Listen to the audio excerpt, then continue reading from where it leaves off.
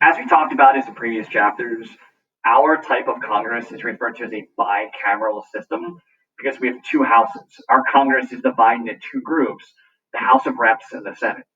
So this is usually a pretty popular question on the AP test, like why? Like why do we choose to do this? Like, what are the influences that caused us to have a two-house system?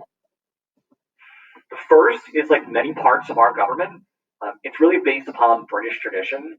So yeah, we revolted from England, but on the way out the door, because it's what we knew, we took many of the ideas that we had previously been exposed to within the British government. The British Parliament is also bicameral. They have a House of Lords and a House of Commons. So we took from our British influences to create our congressional system with a House of Reps and a Senate. Also, we've already talked about pretty extensively some of the compromises that were cranked out at the Constitutional Convention. The Great Compromise was a necessary compromise between the big states and the little states at the Constitutional Convention. By having two houses, you can give each side sort of an advantage in that particular house. We know today that the House of Reps, which is based on population, tends to sort of benefit the larger states. The Senate, where everybody has equal representation, tends to benefit the small states. And the last reason that we sort of focused on a little bit when we went over the Federalist Papers, especially Federalist 51, is that anytime you divide power, you reduce the chance that it's going to be like used for bad purposes, that you're going to have somebody corrupt using the power, somebody abusing the power. So not only do we divide power between the branches, but we divide power within the branch as well. Obviously, we do this between dividing legislative power between two houses. Both houses have to agree for a law to be passed. So again, you're reducing the chances of power being abused.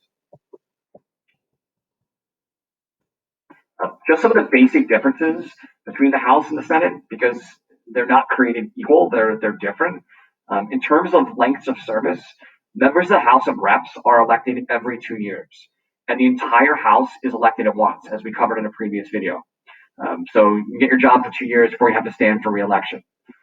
The Senate, which was considered to be maybe the more prestigious house, they were elected every 6 years and still are elected every 6 years. And 1/3 of the Senate is up for re-election at a time. So unlike the House, you have 1/3 of the Senate that's up for election every 2 years, instead of having them all reset potentially in 1 year. Again, the House of Representatives was intentionally designed with 2-year terms to be most influenced by the people, and the Senate was meant to be more insulated from the people. The minimum age to be elected to the House is 25. A little bit more difficult in the Senate. The minimum age is 30. And then there are residency requirements as well. In order for you to qualify to be elected to the House of Reps, besides being 25, you have to be a citizen of the United States for at least 7 years and live in the district from which you're trying to represent. You don't have to be a natural born citizen to be elected to the House. In the Senate, again, the requirements are a little bit more difficult to meet. You have to be a citizen of the United States for 9 years, and you obviously have to live within the state in which you are trying to be elected from.